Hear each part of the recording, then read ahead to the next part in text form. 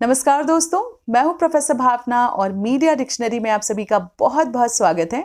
आज हम media dictionary में जिस टर्म की चर्चा करने जा रहे हैं उसे ना सिर्फ जानना बेहद ज़रूरी है बल्कि उसे अपनी ज़िंदगी में व्यवहारिक रूप से उतारना, उसे अप्लाई करना भी बहुत ज़रूरी हो गया है, क्योंकि जिस तरीके से आज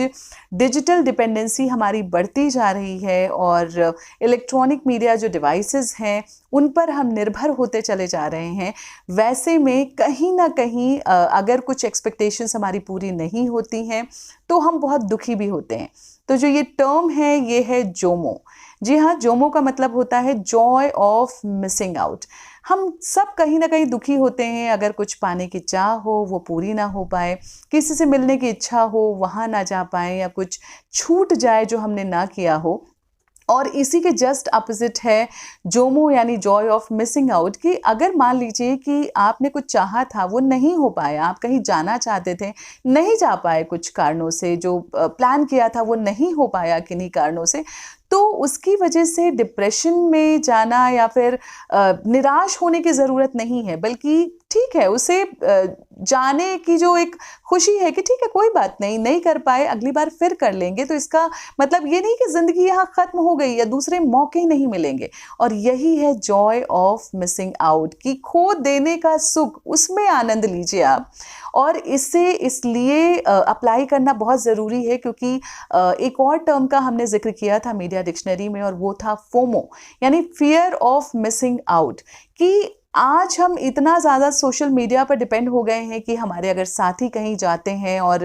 वहाँ की अच्छी अच्छी फ़ोटोज़ पोस्ट कर रहे होते हैं, किसी इवेंट में जाते हैं, किसी दोस्त के साथ पार्टी वार्टी कर रहे हैं, और अगर हम उसका हिस्सा नहीं बन पाते, उस फ़ोटो में हम नज़र नहीं आते, उनके उस वीडियोज़ में हम नहीं होते हैं, तो हम कहीं ना कहीं बहुत ज़्यादा फ्रस्ट्रेट होते हैं, गुस्सा आता है और हम निराशावादी भी हो जाते हैं कि अरे हम उस जगह पे क्यों नहीं पहुँचे, और इसे ही फियर ऑफ मिसिंग आउट कहते हैं। और ये जो फियर ऑफ मिसिंग आउट है, धीरे धीरे इसकी समस्या बहुत ज़्यादा बढ़ती जा रही है, और ख़ास तौर से युवाओं में, और वो निराशा और अवसाद यानी डिप्रेशन का शिकार होते जा रहे हैं।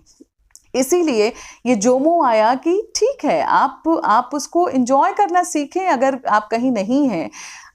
अगर आपने नोटिस किया हो तो जब हमारे जो छोटे छोटे बच्चे होते हैं वो किसी चीज़ की ज़िद करते हैं या कुछ चाहते हैं और हम उसे पूरा नहीं कर पाते, तो हम कैसे उन्हें बहलाते हैं, अच्छा ठीक है हम ये नहीं कर पाए ना, हम कुछ और करेंगे, है ना, या उन्हें कहीं जाने का मन होता है, तो उसी तरीके से हमें अपने आप को बहलाना है, हमें अपने आप को समझाना है कि क्या हुआ अगर किसी एक मौके में हम शामिल नहीं हो पाए या कोई एक चीज़ हमें नहीं मिल पाई, ज़िंदगी यही ख़त्म नहीं हो जाती है, मौके और आएंगे। और अगर हम इस तरीके से निराश हो जाएंगे, इस तरीके से डिप्रेशन में जाएंगे, तो इस तरीके से तो चीज़ें और ज़्यादा कॉम्प्लिकेटेड होती चली जाएंगी और बीमारियां हमें कहीं ना कहीं घेर लेंगी। एक बहुत बड़े विचारक हुए हैं अमेरिका में जिन्होंने 1989 में एक किताब लिखी थी, इंफॉर्मेशन एंग्जाइटी,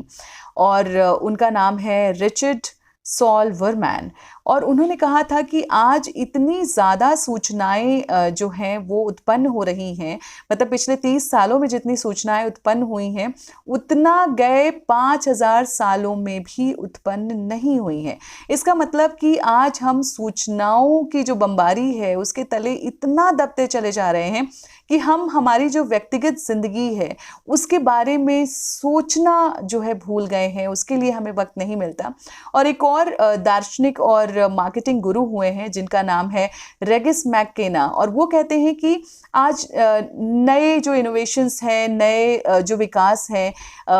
नई जो टेक्नोलॉजी है उसके बारे में हम इतना ज़्यादा सोचते हैं, उसके लिए हमारा इतना समय जाता है कि हम हमारा जो पास्ट है और जो हमारा प्रेजेंट है उस पर फोकस करना भूलते चले जा रहे हैं। तो इसका मतलब ये है कि आज सूचनाओं के इस बमबारी की वजह से हम कहीं ना कहीं हमारी जो पर्सनल लाइफ है उस पर ध्यान ही नहीं दे पा रहे हैं, उसके बारे में कुछ प्लान ही नहीं कर पा रहे हैं, खुद को क्वालिटी टाइम दे ही नहीं पा रहे हैं। हमारे जो साथी हैं, हमारा जो परिवार है, उसके साथ जो एक सार्थक संवाद होता है, एक जो लाइवली कॉन्वर्सेशन होता है, वो कहीं ना कहीं मिसिंग होता चला जा रहा है हमारी ज़िंदगी से। तो इसलिए इन सारी चीज़ों का ध्यान रखते हुए हमें कहीं ना कहीं अगर कुछ खो देने में भी सुख की प्राप्ति है, सुकून है अगर वहाँ पर, तो हमें सच में जॉय ऑफ मिसिंग आउट को आजमाना चाहिए। और आज जिस तरीके से ये जो रफ्तार भरी ज़िंदगी है, जहाँ पर सब कुछ पा लेने की आपाधापी है, हमें सब कुछ चाहिए और हम कहाँ भाग रहे हैं, क्या चाहते हैं, कई बार जब आपसे पूछा जाए तो शायद उसका जवाब भी हमारे पास नहीं होता। तो इस आपाधापी वाली जो ज़िंदगी है, इसमें इस रफ्तार को थोड़ा सा कम करने की ज़रूरत है, खुद के बारे में सोचने की ज़रूरत है। और इन सब के पीछे जो छूट रहा है वो है सुकून का पल, वो खूबसूरत लम्हे ज़िंदगी के जिन्हें हम बहुत बेहतर ढंग से अपनों के साथ गुजार सकते हैं, उनके साथ संवाद स्थापित कर सकते हैं, एक प्रगाढ़ संबंध बना सकते हैं, जिसको फेस टू फेस कम्युनिकेशन कहा जाता है। वो अब कहीं ना कहीं गायब होता चला जा रहा है इस मीडिएटेड कम्युनिकेशन में। तो यही है जॉय ऑफ मिसिंग आउट, जो कि फोमो के विपरीत है। तो इस जॉय ऑफ मिसिंग आउट को अपनी ज़िंदगी में जगह दें, हर लम्हे हर पल को उसकी भरपूर मात्रा में जीने की कोशिश करें। बस यही आग्रह है आपसे। जल्द हाजिर होती हूँ एक और नए मीडिया डिक्शनरी के टर्म के साथ। और अगर आपको मीडिया डिक्शनरी का ये जो प्रयास है